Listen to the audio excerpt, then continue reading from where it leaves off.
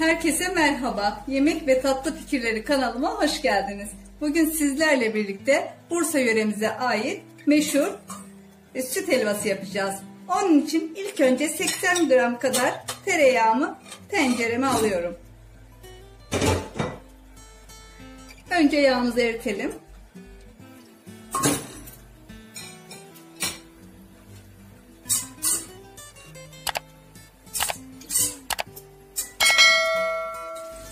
Erimiş olan yağımın üzerine bir çay bardağı unumu ekleyip kokusu çıkana kadar kavuruyorum.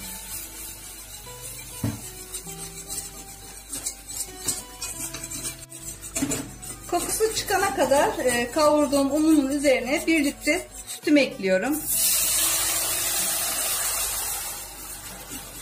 Soğuk süt ekledim şu anda. Hızlı bir şekilde karıştırıyorum. Topaklanma olmaması için.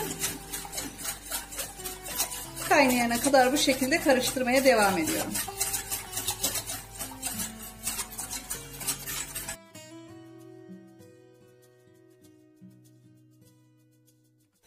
Evet, şu anda süt helvam kaynamaya başladı. 2 dakikada bu şekilde pişiriyorum.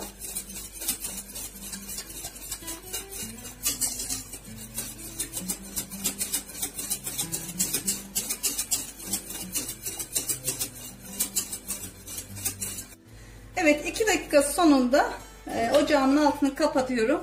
Bir pakette vanilya ekliyorum. Onu da bir karıştırıp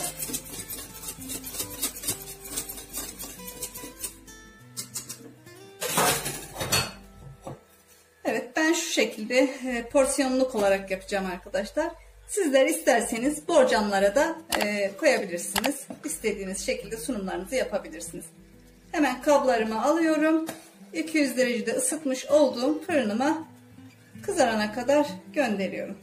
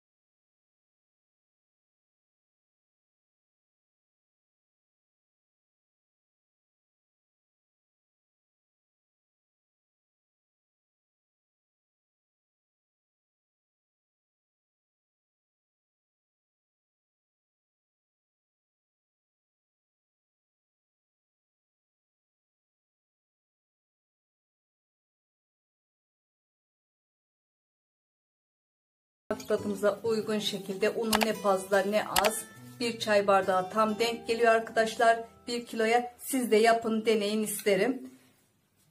Bir sonraki videomda görüşmek üzere. Sağlıcakla kalın, hoşça kalın.